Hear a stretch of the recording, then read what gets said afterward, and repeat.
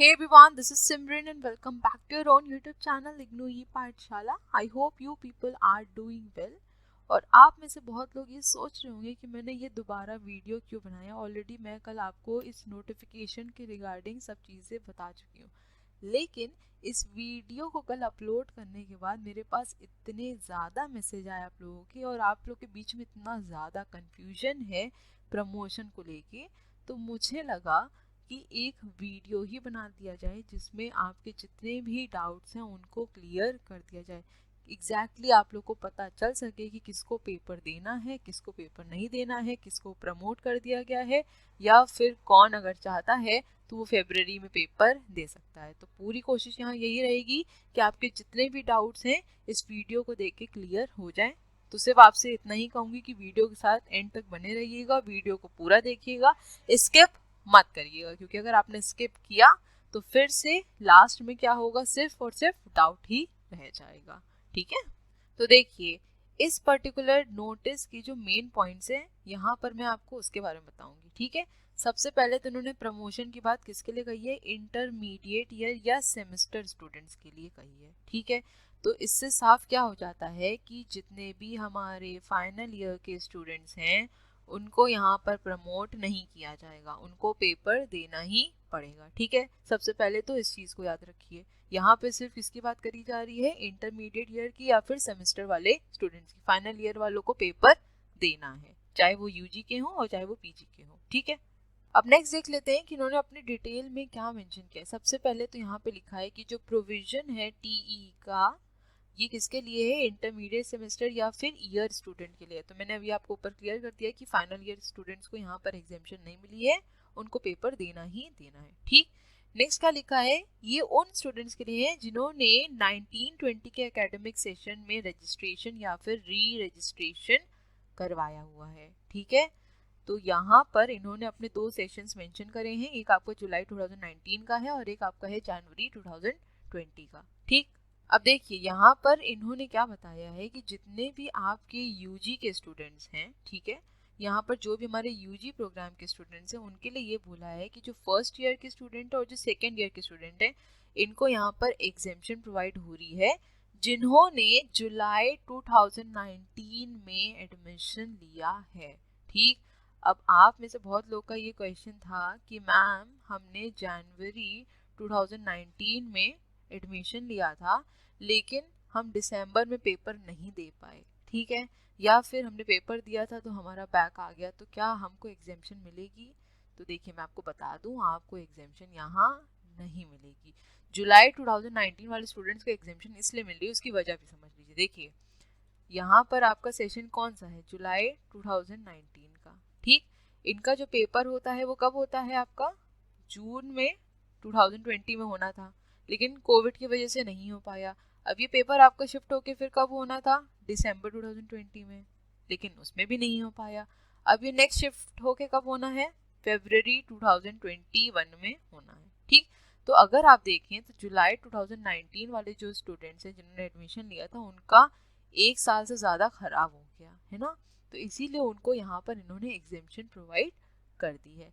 बाकी इससे पहले के एडमिशन के जो भी स्टूडेंट्स हैं उन्हें कोई भी एग्जेम्पशन नहीं मिल रही है। ठीक है, तो आप इंडिविजुअली अपने अपने सब्जेक्ट्स का यहाँ पर देख लीजिए कि किस तरीके से एग्जेम्पशन दी गई है, उस हिसाब से फॉलो करिए, क्योंकि मेरे लिए भी पॉसिबल नहीं है कि मैं हर एक प्रोग्राम के बारे में आपको पूरी डिटेल यहाँ पर प्रोवाइड कर सकूँ।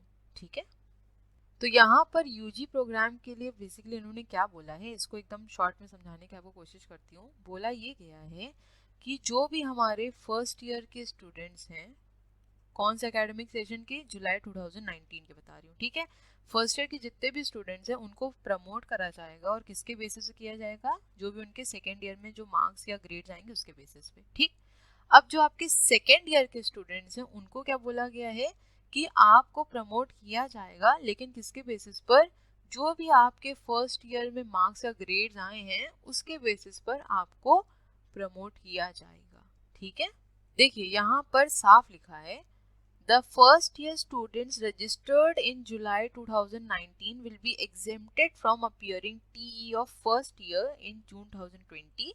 The term and marks or grades in the first year course will be assigned on the basis of the marks or grades obtained in TE of second year course. ठीक है, जो जितने भी first year के students हैं जिन्होंने जुलाई 2019 में खुद को एनरोल कराया था इस जो भी आपके ग्रेजुएट के कोर्स हैं उसमें, ठीक है, तो आपको सेकेंड ईयर में जो भी मार्क्स आएंगे या ग्रेड्स आएंगे उनके बेसिस पर प्रमोट किया जाएगा। ठीक, अब सेकेंड ईयर स्टूडेंट्स के लिए क्या लिखा है, सेकेंड ईयर स्टूडेंट्स री रजिस्टर्ड, क्योंकि सीधी बात है कि आपने दोबारा रजिस्ट्रेशन करवाया होगा, राइट।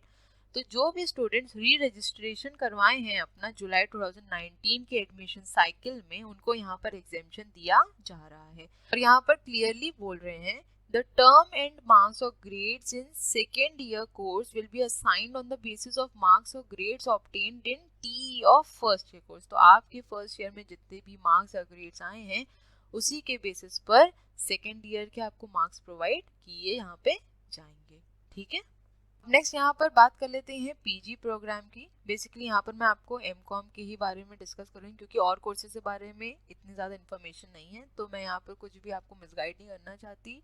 ठीक है, कुछ भी गलत सलत नहीं बताना चाहती हूँ। जिस चीज़ के बारे में मुझे ऑथेंटिक इन्फॉर्मेशन है मैं वही यहाँ पर आपको देने की कोशिश करूँगी। ओके, तो देखिए स्पेसिफिकली अगर एमकॉम की यहाँ पर मैं बात करूँ तो जितने भी स्टूडेंट्स ने जुलाई 2019 में एडमिशन लिया है या री रजिस्ट्रेशन करवाया है एमकॉम कोर्स में, उन्हीं को यहाँ पर एग्जेम्पशन मिल रही है। जनवरी 2020 में जिसने भी एडमिशन लिया है उसको यहाँ पर कोई भी एग्जेम्पशन नहीं है, क्योंकि अगर जनवरी के एडमिशन साइकिल की बात करूँ, अगर आपने जनवरी 2020 में एडमिशन लिया है इसका मतलब क्या है कि आपका पेपर प्रॉपर्ली दिसंबर 2020 में होना था, लेकिन यही पेपर आपका शिफ्ट होकर कब हो गया है, फरवरी 2021 में हो गया है, तो आपको तो पेपर देना पड़ेगा।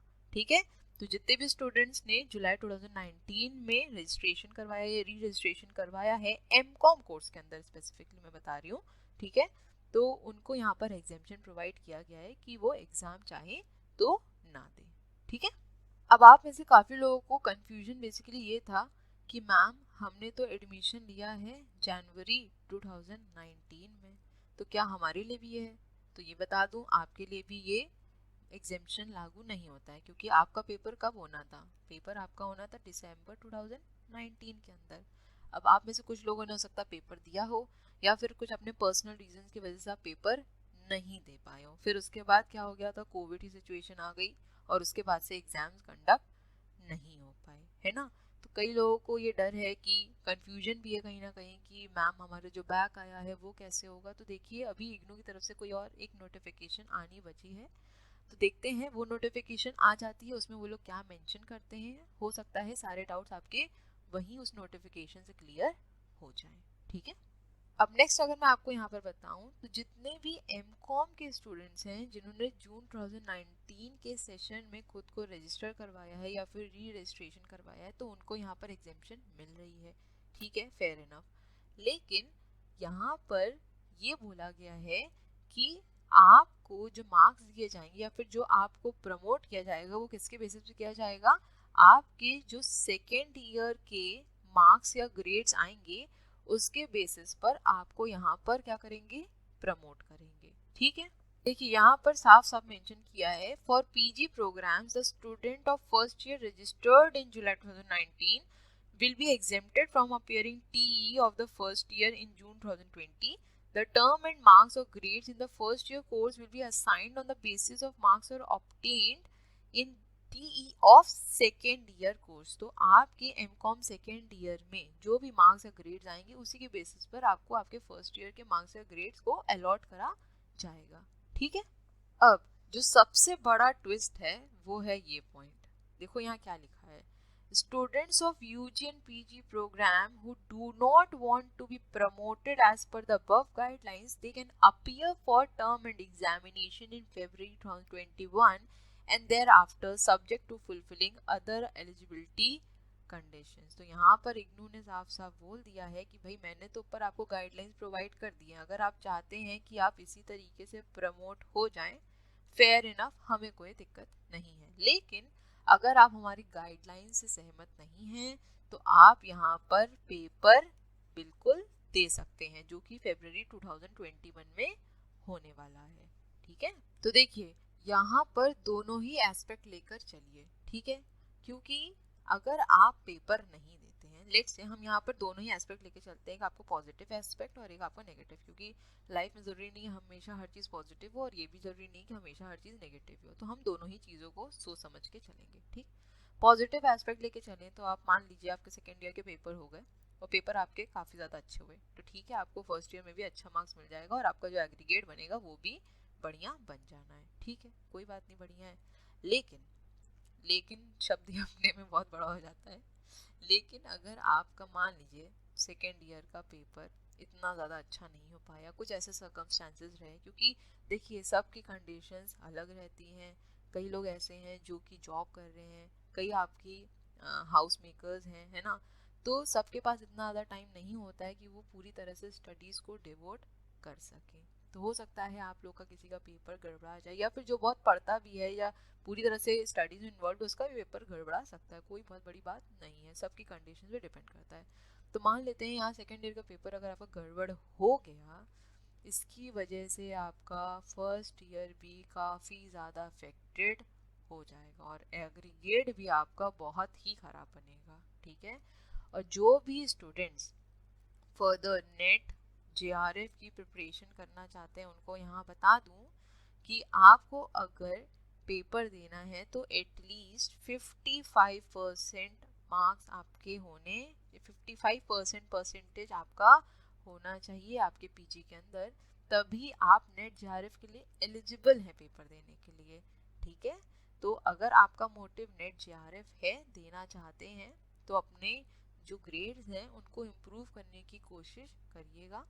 मैं यही सजेस्ट करूँगी कि अगर प्रिपरेशन है प्रॉपर और दे सकते हैं पेपर तो बिल्कुल दीजिए, क्योंकि आगे के सर्कमस्टांसेस क्या रहेंगे किसी को कुछ भी नहीं पता है, ठीक है। तो जो अभी टाइम है उसके बारे में हमको नॉलेज है, हमें पता है हमारे पास कितना टाइम है, हम कितना पढ़े हैं, कितना पढ़ सकते हैं और कितनी ज़्यादा मेहनत कर सकते हैं, तो इस टाइम को यूटिलाइज करने की कोशिश करिए।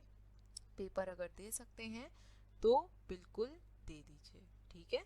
बाकी मेरी तरफ से कोई जोर ज़बरदस्ती नहीं है कि मैं कह रही हूँ इसलिए दीजिए, आपकी खुद की गट फीलिंग क्या कह रही है वो करिए, क्योंकि यहाँ पे मुझसे एक स्टूडेंट ने कहा था कि मैम सजेशन देना बहुत ज़्यादा आसान होता है। आई नो सजेशन देना बहुत आसान होता है, लेकिन इसमें मैं तो कुछ नहीं कर सकती ना, मैं क्या कर सकती हूँ, सिर्फ आपको बता सकती हूँ, समझा सकती हूँ कि आप क्या कर सकते हैं, क्योंकि अगर खुद सोचिए सिचुएशन एकदम नॉर्मल होती तो ये सब पेपर्स आपने ऑलरेडी दे दिए होते, आपको काफ़ी ज़्यादा टाइम दिया गया है पढ़ने के लिए, है ना।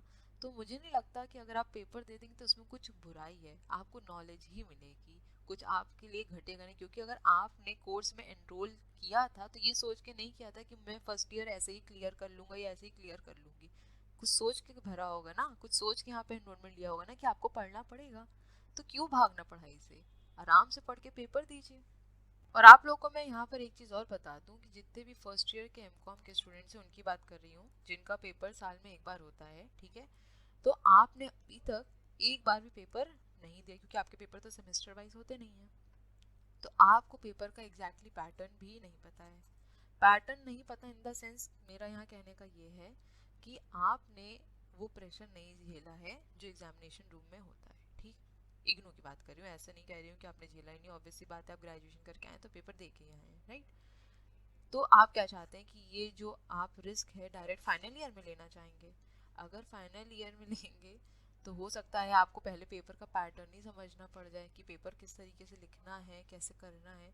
तो इसीलिए बोल रही हूँ कि फरवरी में पेपर दीजिए तो पेपर का थोड़ा पैटर्न समझ में आएगा, किस तरीके से आंसर्स लिखने हैं, तो आप उसको क्या कर सकेंगे, आगे के लिए रेक्टिफाई कर सकेंगे, अपने अंदर थोड़ा सा इम्प्रूवमेंट ला सकेंगे। वरना सीधे फाइनल ईयर में देंगे तो कहीं ना कहीं थोड़ा सा रिस्क भी ज़्यादा रहेगा, ठीक है। अब देखिए यहाँ पर इन लोगों ने क्या मेंशन किया है, that the university will make provision in online submission of TE form for those students who do not want to be promoted as per the above guidelines and want to appear for term and examination in February 2021। तो जो भी students in criteria के according promote होना नहीं चाहते हैं और वो चाहते हैं कि वो टर्म एंड एग्जाम दें, तो उसके लिए यूनिवर्सिटी अलग से कुछ प्रोविजंस लाएगी आपके एग्जामिनेशन फॉर्म के अंदर, ठीक है।